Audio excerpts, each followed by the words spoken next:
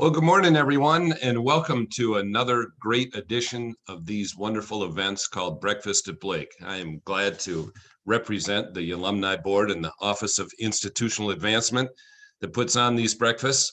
My name is Woody Kingman, class of 1978, and this is our third presentation of the 2020-21 year, following a wonderful virtual breakfast in November with filmmaker Laura Gabbert, class of 1985. Hope many of you saw that. Well, going forward, all of our Breakfast at Blake's this year will be offered online during this school year. While it's preferable to meet in person, of course, we're not going to let COVID get in the way.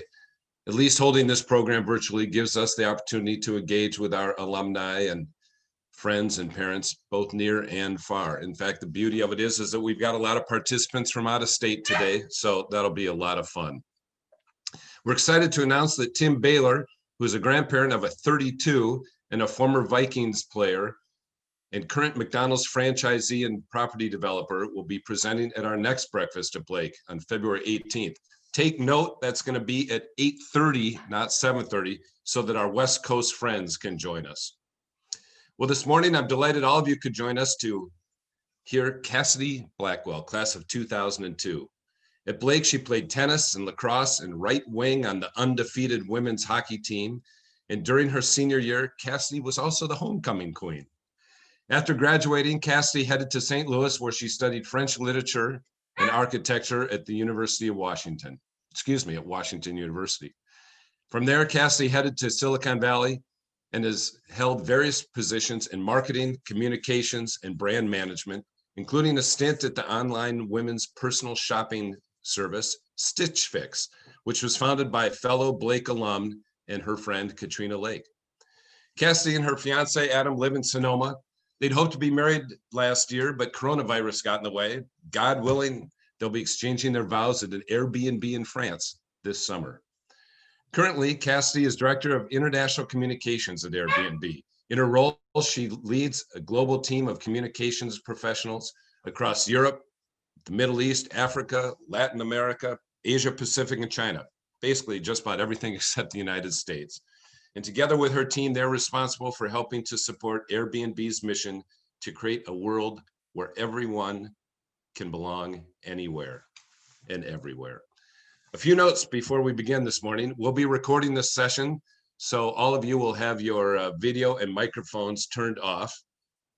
But please ask questions. There should be a Q&A icon at the bottom of your webinar screen, and I encourage you to ask any questions you might have throughout the presentation, and we will pose them to Cassidy near the end. And now, coming to us live from Silicon Valley, where I'll point out it is only 5:30 in the morning, to share her thoughts on sourcing authenticity, aligning the personal and professional through purpose, is Blake's own Cassidy Blackwell. Hi, everyone. I am so excited to be here this morning and share my story with you. Thanks so much for that awesome introduction, Woody. I really appreciate you sharing a bit of the details to get us started.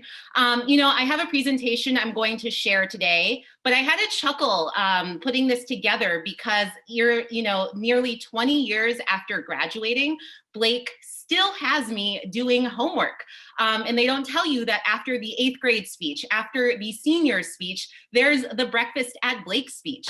But let me go ahead and share my screen because I do have a presentation today so that we can go ahead and get started. So, as Woody mentioned, I'm going to be chatting with you around how I have found alignment of the personal and professional with purpose. Woody talked a bit about these details, but a bit more about me by way of introduction. So, hello from Sonoma, California. I actually just moved out to Sonoma County after 15 years in San Francisco. Woody noted that it is 5:30 in the morning here. So maybe in the future for our West Coast community, we could do a brunch at Blake, could get a bit more people out of bed with brunch, which is always lovely. I'm currently the Director of International Communications at Airbnb, where I've been for just about 3 years. I have a deep love of people and travel and adventure. But while we are in this time of COVID, all of that has evolved into a deep love of horses, of hiking, and of home ownership. If you are a person who is involved on social media, please follow me at Cass Black SF on Twitter, or you can find me on LinkedIn. So I've always wanted to do this next slide, but hi, Mom. Hi, buddy. I can't see who's in the audience, but my mom, Leah Favor, and my grandfather, George Blackwell, are both on the call today. And so I wanted to give the fam a shout out. And I know that they're going to tell me to talk more slowly, so I'm going to try to remember to do that through this presentation. But hello, good morning, and I love you both. I also wanted to give a quick plug for the Alumni Trivia Night happening next week. I will be competing on Team Lady Blake, named after our very chatty text message thread, and we are very competitive, so bring your A game and see you on the leaderboard. This is me alongside the rest of Team Lady Blake, Andrea Ravitch, Sarah Riley, and Lauren Waxman, Nate Zwick. So yes, bring it. We'll see you out there. All right, let's dig into it. So the purpose of my talk today is to share my professional and personal story with you and how I've worked to infuse both with purpose. But first, I need to give you the headlines of my story. Here is my autobiography, the Too Long Didn't Read edition. So as Woody mentioned, after Blake, I went to Washington University in St. Louis, graduated in 2006 with my degree in French literature. Before that, I had always wanted to be an architect. So during my senior year, I actually applied to and was accepted into a Master's of Architecture program. But I actually ended up transitioning into working into communications, working first at a boutique PR firm, and then doing more policy-focused work, doing criminal justice reform, doing accountable development for nonprofits and public agencies. But while I was working in policy, I actually felt that I was missing this creative spark, that I wasn't fully creatively fulfilled. And so at the same time, I was actually going through this transition of stopping straightening my hair. And for a Black woman, this is a very big deal. I had been straightening my hair for 25 years, but to document the process, as well as to give me that creative outlet, I started a blog and called it Natural Selection. That blog became larger and larger and larger, and ended up quitting policy completely and dove headfirst into the world of curl, traveling all around the world, connecting with other women of color around how to live in their authentic beauty. At that same time, I was in San Francisco this whole time period, and I noticed around me that there was this tech boom starting to emerge. All of these startups starting to get a lot of traction and support, and there was a lot of energy and enthusiasm around it. And a lot of them were being driven by social media networking. And so because of the blog, I had actually learned a lot about that space, and I joined Stitch Fix, founded by our fellow Blake alum, Katrina Lake, and spent about a year there as their first social media and content hire, before boomeranging back into the beauty business at Walker & Company, where I was their director of brand engagement. Walker & Company is a health and beauty products company focused on people of color. We had a men's shave system called Bevel, which retails at Target. And then while I was there, I developed and launched a hair care product line called Form that we launched at Sephora. I spent about 3 years there before joining the team at Airbnb. And I've been at Airbnb for about 3 years since. So, I've heard about this thing called a career ladder, but I certainly have not experienced anything like a linear, logical pathway and journey. In fact, I would define my journey as a series of railroad tracks with switches constantly converging and diverging, but always, always moving forward. The one thing that has remained constant through all of these changes and pivots are my values. My values are my constants. And a few years ago, I'd say about 7 or 8 years ago, I resolved to give up New Year's resolutions. And instead, I replaced it with this annual process of reflection and goal setting across several different areas that are listed here. Those areas are personal development, professional development, family and friends, financial discipline, spirituality, health and wellness, and home. Somebody joked that this is the most type A minus thing that they've ever seen because I do it all by hand, and they're absolutely right. But it really helps me set my intentions at the top of every year. But the most important part of this process is aligning each goal to one of my personal values. So today I'm going to walk you through each of my personal values and a bit about how they show up in my life. But before we dig into how I break down those values and a bit of how they show up in my story, the thing that I want to share with you is how I really embrace them and keep them active in my life. So at the top of every year, I write them down and I write a definition for each of those values. Then I review them on a monthly and quarterly and annual basis, and then I live them. And the way that I do that is that I attach a verb to each value. And I'll show you a bit of how that really gets brought to life. So we're going to go ahead and get started with my first value, which is learn constantly.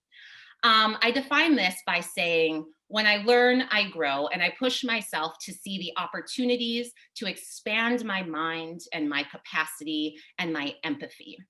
I actually wanted to start today with Learn Constantly because I think it was the product of my 8 years at Blake, where we were encouraged to develop this lifelong love of learning. If you were to ask me what I wanted to be when I grew up, I wouldn't have the words to have been able to tell you that as a student, literally because many of those words didn't exist. These are words such as blogger, social media, content marketing, influencer, Airbnb. None of these were in existence 15 years ago, let alone when I was a student being asked this question around what I wanted to be.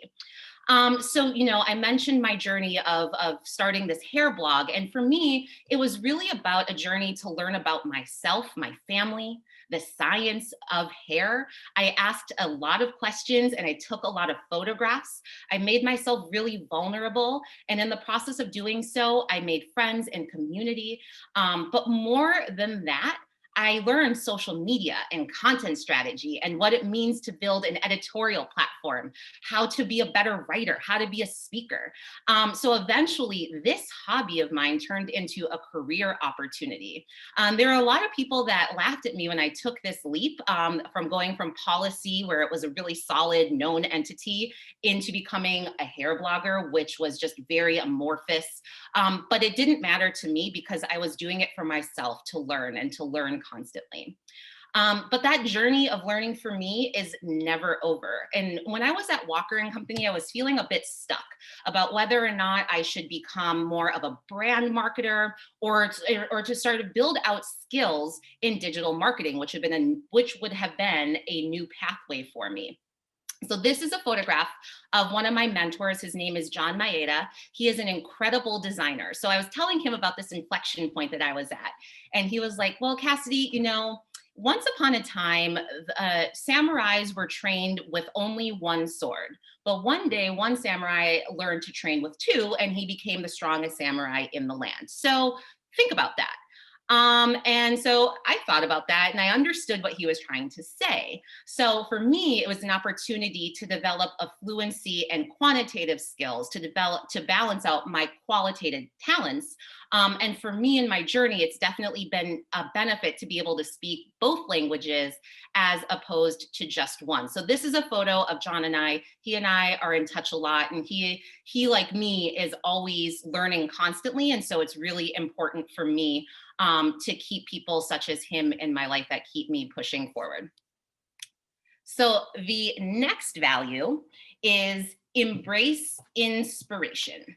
And I just have to break my rhythm here for a second to share with you a major source of inspiration. Yesterday, we made history in so many ways, including, but not limited to, the swearing in of the first woman of color as vice president. And for so long, people like me have had to live with these implicit messages constantly being impressed upon us that we do not belong in positions of power, in positions of leadership. So the fact that we now have a woman of color inhabiting one of the highest offices in our land is beyond inspiring. It inspires me to keep on pushing forward, to keep growing my own capacity. To me, it's a real validation that everything that previously made me feel like an outsider has now prepared me to be a more connected and powerful leader. And I thought that this quote here on the right perfectly summed that up. So back to the value of embrace inspiration. I define this as seeking inspiration from beyond myself and sharing this sense of wonder with others. So for me, if I'm not inspired, I find myself in a deeply stagnant and purposeless place. And years ago, I found that my deepest well of inspiration was found in the exploration of global culture. I started speaking French when I was just 4 years old and stuck with it all the way through the end of college, eventually studying abroad in France.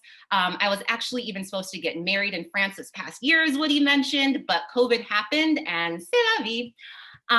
So while I was young and in French classes and lower school, middle school, my ideas and conceptions about French culture were quite limited by my limited vocabulary. You know, I knew how to say the very important essentials, which generally revolved around food. So un croissant, un café, Nutella.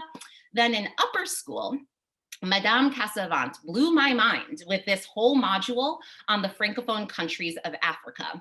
So from the comforts of her classroom overlooking Parade Stadium, we took this wonderful and magical and sensory journey to the spice markets of Morocco, to the concert halls of Tunisia. I never knew that these customs and cultures existed.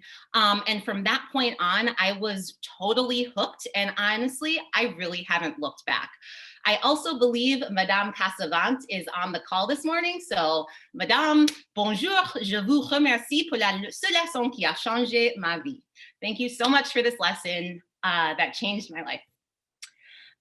So this is a photograph of my very first trip to Africa, where I was exploring the beautiful cosmopolitan city of Dakar.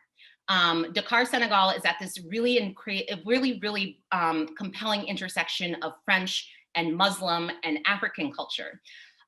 It wasn't just a trip for me, it was a way of connecting with my history as a Black American. It resonated so deeply because of all of the incredible people that I met along the way that hosted me, that welcomed me. So when I had the opportunity to join Airbnb, who embraces this unique form of hosted travel, and quite frankly, a way of travel that made it more accessible and attainable for me as a young person in San Francisco, I knew it was the right fit because it was a complete alignment of my values. So every day, the fruits of my work allow me to channel this inspiration I seek from global travel and share it with others. And I am so lucky that I get to work with an incredible team all around the world. And even if we only get to experience each other's world right now via Zoom screen, it remains this incredible source of inspiration to be so connected and plugged into our global fabric. So if you're wondering how I'm embracing inspiration while the world of travel has been limited to about a 200-mile radius from our houses during a global pandemic, well, you would be quite right. One of the ways that I have been figuring out how to travel is actually through my nose, through the art of perfuming. I've also dove headfirst into country living now in Sonoma County, where we do things like mushroom identification in our redwood forest, and I'm learning how to ride horses. And I go on a lot, and I mean a lot of hikes. In fact, this presentation was written in my head on a hike a few weekends ago. But if anything has pushed me to remember this value, it's been a global pandemic that's kept my wheels on the ground. The design of this presentation is actually a really good reflection of this value because it integrates African wax fabrics. So these past several months have been an amazing reminder that inspiration is everywhere. You just have to seek it out and integrate it into your life when you can. So my next value is stay active. I define this as taking initiative, seeking movement, and avoiding passive participation. I found in my career and my experience, I am my own best advocate, and it's worked out pretty well for me. So at Walker and Company, there was a point in time when we were about to kick off an external search for a brand director, until I spoke up and voiced that not only did I want the role, but I was highly qualified to take on the role. And if I hadn't mustered the courage to say something and to raise my hand, my life would be very different. We would have hired the external person, and I probably would have stayed in the more junior position that I was in at the time. That said, speaking up for myself is important, but what's even more important, I have found, is speaking up for others. And now more than ever, it's become so much more important for me to use my platform and my position of relative privilege to ensure that I advocate for others when I see injustice, when I see opportunities for inclusion, and simply when I see that something is wrong. As unprecedented as the events of the Capitol riots were, and as extreme as it was, the undercurrents and the themes and the trends themselves that underpinned the Capitol riots are not unprecedented. In fact, for Black people and people of color, microaggressions are a daily indignity that we endure. Sure, they're unintentional, but these subconscious exclusion can, over a person's lifetime, have seriously adverse effects on a person's confidence, on their emotional well-being, on their feelings of safety. At Airbnb, our mission is to create a world where anyone can belong anywhere. And that means not only for our community of hosts and guests, but also for our global teams. So I seek to lead my team with empathy and understanding, to lean into cultural nuance, to invite a diverse range of opinions, to make sure that everyone, and I mean everyone, has a seat at the table. Microaggressions aside, sometimes there are overt gestures of discriminations and instances of discrimination. And then you better believe that I'm going to speak up about those. So this is a photo of my partner Adam and I on the day that we closed on our home, as I mentioned, which is in Sonoma County, California. The deed on the house is actually, which was written in 1960, had what was called a racial covenant that said that only the members of the Caucasian race could live on the land unless they were servants. So this covenant said only members of the Caucasian race could live on the land unless they were servants. And this was written in 1960 in California. So I spoke up. We had it redacted. It was actually kind of an onerous process to do so. And I educated those involved with the closing to make sure that they knew how these policies could be just really interpreted in a really discriminatory way, even to this day. So for me, being active makes sure that I can shape my world and our world in a way that is more just and more fair. So the next value that I'm going to talk through is live well. I define this as taking care of my mind, my body, my spirit, and the world. So this past weekend, actually, Tristan Walker, who's the founder and company of Walker and Company, just texted me the link to this post from the Walker and Company Instagram page from a few years ago. And I was like, Tristan, perfect. This is the perfect example. I'm giving this presentation, and I'm so glad that you surfaced this. It was actually quite serendipitous. So at Walker and Company, we did this series on our social channels that featured a portrait of each employee and our personal interpretation of the company values. And at Walker and Company, the one that I was assigned to was wellness. They articulate it as wellness, and I articulate it as live well. So if that's not in alignment of the personal and professional, then I just don't know what is. So I tend to have gotten used to operating in high pressure, fast moving companies. But one of the things that I learned outside of the classroom at Blake is the importance of getting fresh legs out there on the ice. This comes from my days playing ice hockey in upper school. So for me as a professional, getting those fresh legs back out on the ice is super important. That means that I take a mental break, a pause, a moment of mindfulness that really helps me make sure that I can operate at peak performance day in and day out. I also come from a very athletic family. As I mentioned, my mom on the call was our varsity girls basketball coach. My grandfather, George Blackwell, buddy, he was the Blake varsity baseball coach.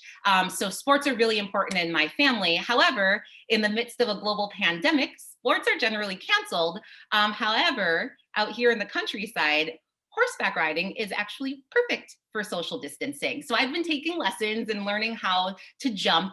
And so what I love about this sport is how it requires this incredible physical and mental focus that really helps me find my wellness through living well. The next value that I'm going to chat through is being kind. I define this as when we all do better, we all do better. I devote intentional time and resource to giving and service. So, I wanted to join the team at Airbnb because, as I mentioned, I find deep inspiration in global cultures and communities. But what I didn't realize in joining was how much the experience of working on a global team would make me a kinder human and, by extension, a better leader. So, my job as the Director of International Communications exists to help others bring their very best work to life. And in order to do that, I need to understand how to cultivate this collaborative and safe environment for people to thrive.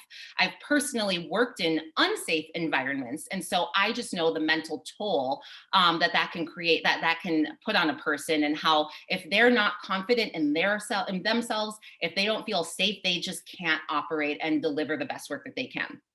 So kindness for me is just an expression of how to make a person's day just a little bit better so that they can do just that much better. I've extended this value of kindness to make sure that I'm also supporting communities and initiatives that matter to me and that really need it. So an example of this is that a few years ago, I learned about this horrifying statistic that 50% of maternal deaths in San Francisco are Black women.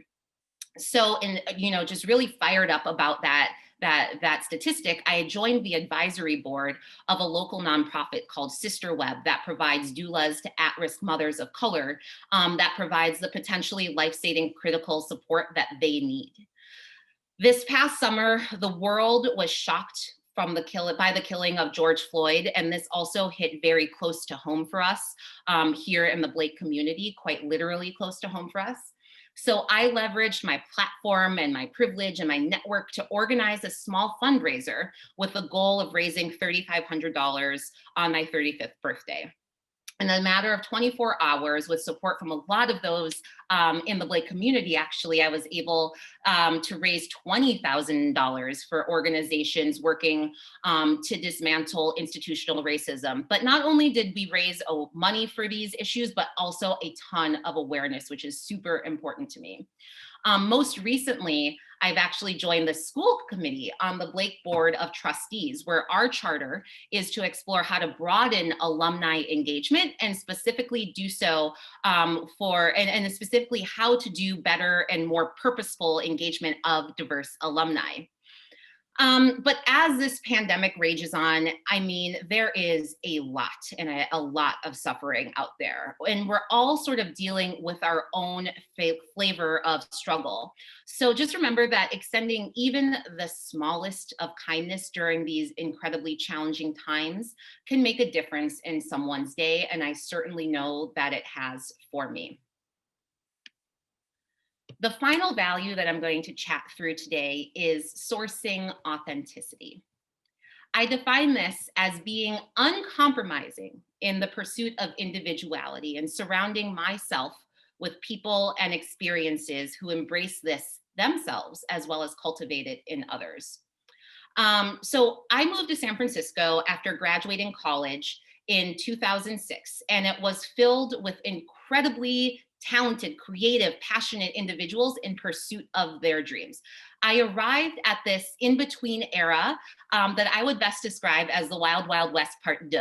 So the latest tech boom hadn't quite begun yet, and so it was this nitty-gritty, quirky counterculture just filled with people doing and being and exploring their purest and most authentic versions of themselves.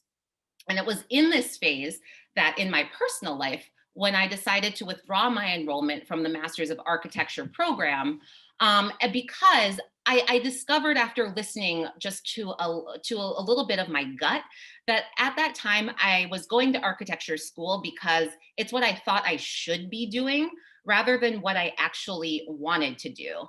And at that time, what I wanted to do was to stick around San Francisco and learn how to hula hoop really well.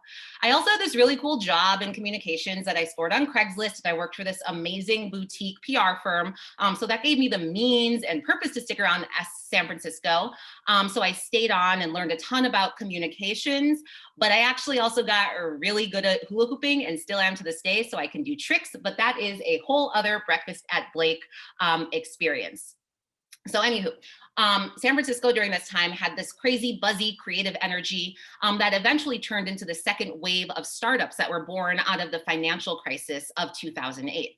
So people were spinning up ideas to make ends meet. The Airbnb founding story is one that's very well documented. They rented out air mattresses in their apartments during this design conference when hotels were sold out, just because they needed a way to make their rent. And this was a crazy idea, staying in someone's house on an air mattress. Well, these types of ideas were everywhere during this time, and I loved it and I embraced it. I adopted it, and I worked at several of these startups whose crazy ideas have now become much larger, much more lucrative leviathans of business. One of the things that all of these founders and startup teams have in common is their unrelenting pursuit of their authentic goal. And I'm just incredibly inspired by this entrepreneurial spirit. So for me, one of the things that I've started to explore during what I call my COVID chrysalis, while we're sort of stuck inside, just becoming the butterflies that I know that we're all going to emerge as, is venture capital and angel investing. I'm really excited about the idea of helping others build the companies that they are most uniquely qualified to create. I find that this authentic purpose in business is actually really rare. So I'm really looking forward to learning how I can better empower it and cultivate it. So the question that I'm focused on now is, what type of investor do I want to be? Where do I want to focus my energy? Who am I authentically and uniquely qualified to support in their pursuits? Because to invest in someone's vision, you have to authentically believe in it yourself. It's literally putting your money where your mouth is. So I have a ton of ideas on this front, and my journey is just beginning. So as the saying goes, watch this space as I hula hoop my way into investing. So that is it. These are my 6 core values. They're not a single North Star, but together they create this constellation that I use to help me guide towards my purpose. There's a lot of permeability between my personal passions and my professional projects, but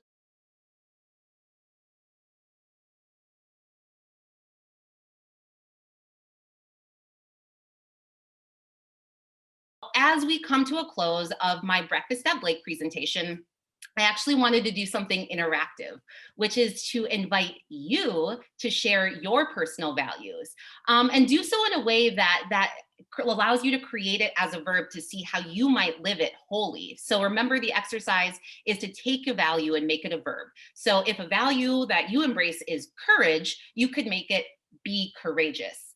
If it's fun, maybe try make fun. So we're going to take a couple minutes right now. I've got my handy dandy timer here. So go ahead and use the chat function and share it with the rest of the group. I can see the chat box here. I know it's early, but hopefully you can stretch those fingers and dust off the keyboard and have a little fun with it and share with others.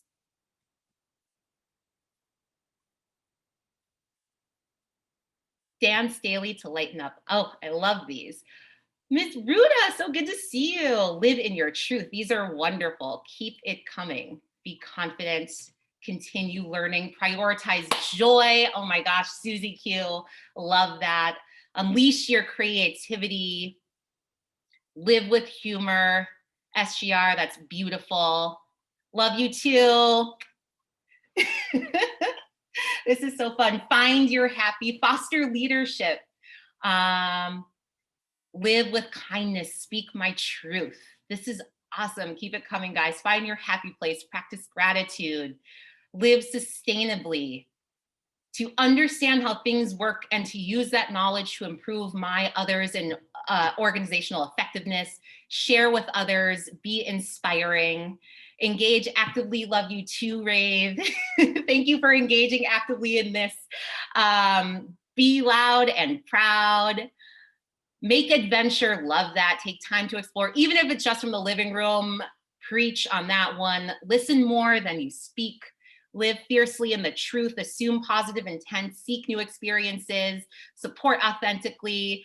It's so fun to see you too, Sandra. Elena, are you in Germany? We will catch up soon. Practice patience. Awesome. This is great. Keep them coming. We are going to now dive into oh, great, upstate New York. We are now going to dive into a Q&A. So thank you so much for sharing all of these values, but I really want to hear from you and just hear any questions that you have while we have a few minutes remaining. Thanks so much. Oh, Cassidy, that was terrific. Thank you. Really appreciate it. It was really fun to hear about that. And I do have some questions here, and for all of you who are participating with us, please feel free to type in any in that Q&A section at the bottom of your screen. But the first question goes right off of your talk and your values, and someone asked that she would love to hear more about how you came up with those values. Did you do any research and reflection, or did they just come to you as you were on one of your hikes out there in California? You know, it's an awesome question. So it was definitely on one of my global adventures. There was a point in time, probably about 7 or 8 years ago, where I just needed to focus, to reground, and to find my voice again. So I took myself on a yoga retreat in Mexico, and stayed at this little yoga shala that didn't even have like a bathroom in the room. And I took a journal and some AirPods and sat on the beach and just frankly wrote a lot. I wanted to be able to ground myself and define these values so that I could keep them front and center. And when I mean that I have them written around me, like I really do refer to them and reflect on them pretty constantly.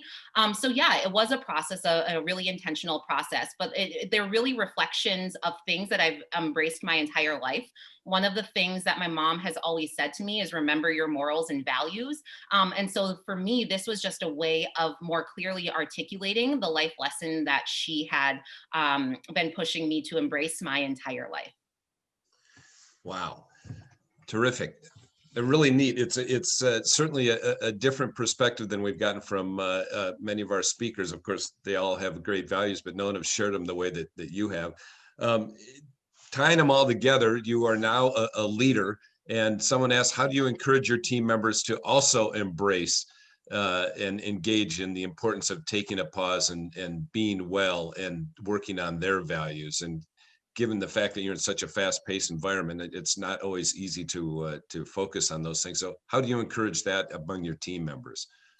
Yeah, so actually the process that I use for setting goals is pretty similar. I actually have extended it into my team operations because I found that the model that's allowed me to achieve a lot is actually a great way of just organizational efficiency.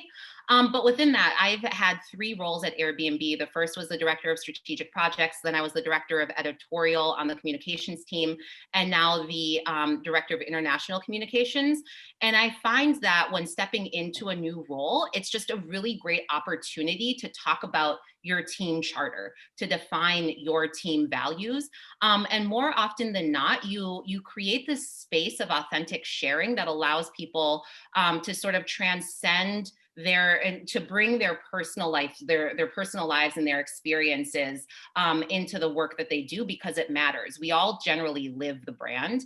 I would say that now more than ever, there is a very permeable membrane between work and home life. I think, many of us are working from the comforts of our own living rooms and office and kitchen tables. And so you just start to get the more real individual because of this set of constraints that we're operating within. So for me, it's really about just being real, being authentic, using some of these frameworks that have worked for me to create this space of sharing and community for the team to be able to bring them their best selves. Terrific. Thanks. So here's a couple that I'm going to combine. One person asks, you mentioned that your travel changed your life. What were some of the big takeaways from your first experience? Is a question. As someone, they are someone on an international team, how have you used your values to create strategy for cross-cultural communication and collaboration? I'm sorry, you cut out for the first part of that question. Can you repeat Oh, that? yeah, of course. So what were some of the big takeaways from your first travel experiences abroad? And then a follow on to that, as a member of an international team, how have you used your values to create strategy for cross-cultural communication and collaboration? Great. So I'd actually say that there's definitely a strong overlap in those questions in my answer. Um, we sort of are fed this narrative that there's a lot of otherness in the world, that people are very different, and that we belong separately, that we have separate cultures and communities, that different is weird, it's wrong, it's bad.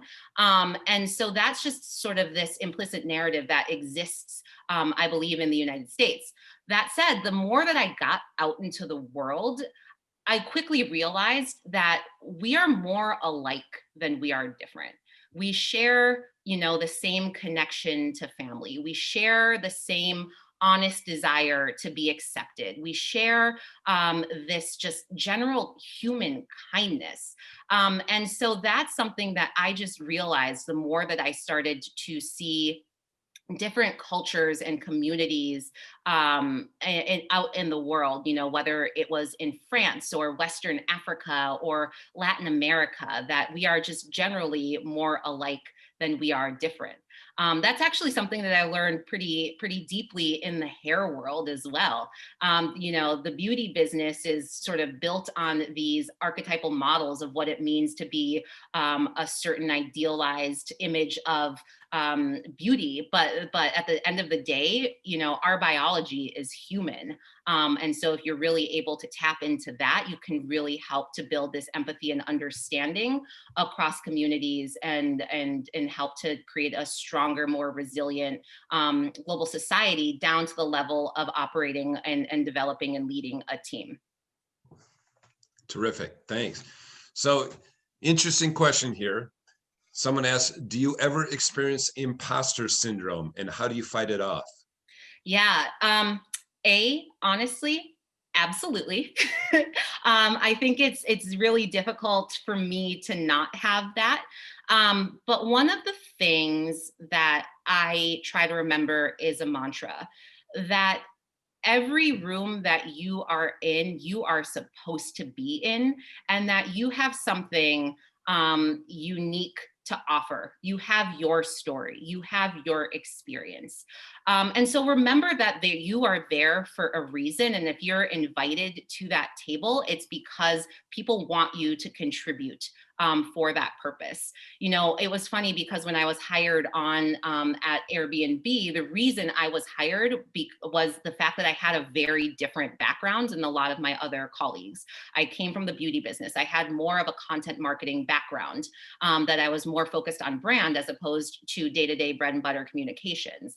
But the fact that they wanted somebody that had a different background was something for me to always remember, because they desired that because I would bring a different approach, a different vantage point, a different set of networks and values and ideas. And that was something that just helped to diversify and make our efforts as a global team even better. Got it. Great. Okay. Few questions on travel, since actually, that is your business now. A friend asked, how do you select your travel destinations, and what learning agenda do you have when you travel? Love that. I have a very long list of places that I would like to go. I mean, at this point, I would go like 3 counties over, because we've sort of been sheltered in place here, closing in on a year right now. but I'm a very active user of Pinterest to help me organize where it is that I want to go. I happen to work at a place where I get, exposure and access to incredible experiences and opportunities, and hosts and places to stay through the Airbnb platform, that just help me stay on the front foot of really interesting, trending places. But I really like to look at places that are more off the beaten path, where I can have that authentic experience that isn't mass travel. I don't like the types of travel experiences where I sit on one of those big red buses. I want to be in the community. I want to talk to people. I want to walk around and go to the corner store. I want to learn the language. So for me, it's really less about the where and more about the what I can do there that fits probably in line with all of my values. I've had some amazing travel experiences just following that. One of which that's coming to mind right now, actually, for a group of Minnesotans, this will probably be a bit surprising. But a few Decembers ago, I wanted to go. We went to Fairbanks, Alaska. So Alaska in the dead of winter, in the middle of December and into January, is not on the top of many people's lists. But being able to just be in this interior and see this magical Narnia that, like, frankly, is so different than any other winter that I've ever experienced. We ended up having dinner with the mayor of Fairbanks and, going dog sledding. It was really, really an awesome opportunity that was way off the beaten path from what a lot of people might have generally opted for. Something that was not accessible via Sun Country Airlines. Exactly. Tell me, and all of us, about your favorite Airbnb spot that you've been to, and tell me and all of us about one that you'd like to go to that you haven't visited yet. Awesome. So I think it was 3 years ago, we went to Cuba, where we have an amazing host community. And so I had this travel itinerary planned out. It was Havana, it was a small fisherman's village, and then it was back to the Valley of Vinales. And so because Cuba doesn't have as much internet connectivity, everything was booked and planned out to the nanosecond, because we didn't really have cell phones. We were using like printed out MapQuest directions. So we get to Havana, everything's good. We get to this fisherman's village, and it was called Puerto Esperanza, and it was tiny. There were donkeys were used instead of vehicles. There was no electricity. And it was absolutely magical. We were hosted by a man named Ruchlan and Eva. And we were only supposed to stay there for 2 nights, and we ended up staying for 7 days, spent Christmas with them. And we were actually just messaging back and forth on the Airbnb platform, wishing each other a happy new year and a Merry Christmas just a couple weeks ago, because of this amazing connection that we all made with each other. It was just something so memorable and so meaningful, that it was just, and it was all because of these people, of these hosts, that made it such an amazing experience to see how they live and welcome us into their home. Oh, fun. And where's the next big Airbnb for you? Where are you gonna go? Let's see, where do I want to go next? I have my eyes set on some Southeast Asia adventures. I would love to go to Cambodia. One of the things that my grandfather, Buddy, on the call, and I have talked a lot about is going to Vietnam together. It's a place that he has always wanted to go. And so I would absolutely adore the opportunity to explore this new country with him. So I'd say, pretty far flung, but again, I would take a trip to LA at this point over anything else. Pretty great. Well, Cassidy, thank you ever so much. As I think I might have mentioned to you, by sheer coincidence, 2 of my Blake classmates and I are looking at going to Tuscany this September, and we have been all over Airbnb's website. And I might just mention that you pointed out to me that there's this Airbnb Luxe which is premium sites, which I encourage everyone to take a look at because, wow, the properties all over the world are just fantastic. And indeed, Luke's, they are luxurious. So pretty great. Thank you ever so much. And I just want to remind everyone that this was recorded, and we will send out a link to all the participants so that you can play it again or pass it on to your friends. And also to stay in touch with Cassidy. Cassidy, give us again, you do have a blog, right? So I had the blog. It's no longer active. I did take it down. I archived all the content myself, but Twitter is a great place. So at CassBlackSF, or LinkedIn. You can just search me, Cassidy Blackwell, and we can connect on LinkedIn as well.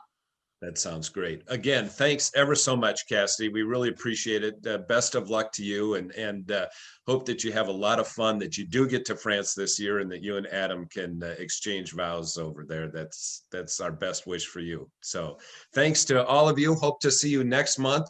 And remember, we're going to start at 8:30 so that when Cassidy joins us and her other California friends, they don't have to get up quite so early. And with that, we'll be signing off, and best wishes to all of our Blake family, parents, students, grandparents, friends, alumni, teachers. God bless you all. Take care.